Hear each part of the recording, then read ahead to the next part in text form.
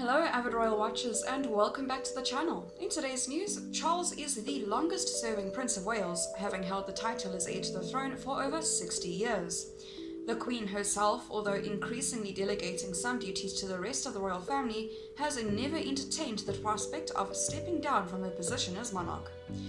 The notion of what happens when the Queen hands over power and talk of abdication or a regency reared its head again last December when many commentators noted how Charles has been steadily increasing his high-profile duties on behalf of Her Majesty. However, in 1998, Charles's household made a spectacular faux pas when they appeared to endorse the thought of abdication. In his 2006 book William's Princess, veteran royal correspondent Robert Johnson delves into the episode.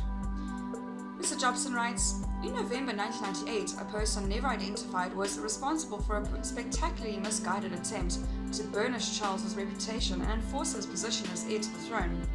It led instead to the Queen's ire, necessitating an embarrassing climb down on the part of the eldest son.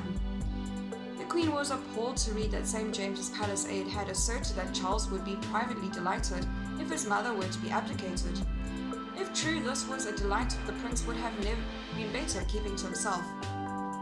But the source of the information was a supporter of Charles who no doubt genuinely believed himself to be speaking in the Prince of Wales' best interest. This was an act of treachery as far as the Queen is concerned. Livid, she telephoned Charles, who was on official visit to Bulgaria. He knew nothing about it but agreed with his mother that the joint statement should be issued in which Charles would stress his abiding admiration and affection for the Queen. Prince Charles insisted that if any of his staff had been guilty, heads would roll. Whatever Buckingham Palace suspects, the investigation proved nothing and nobody was hung out to dry. Mr. Jobson also documents the heir to the throne's reaction on the royal tour to Bulgaria. He writes, I was on the trip when Charles received the most unusual telephone call from his thoroughly irritated mother. I remember the ashen face of Charles's then press secretary, Sandy Henny. Statement was issued rubbishing the notion that Charles had any interest in his mother's abdication. It was a joint statement from the monarch and heir, the subtext perhaps being that without the Queen's clout, doubt might still remain.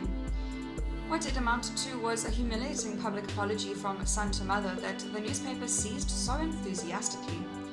That is all for today's news. Thank you very much for listening and I'll see you next video.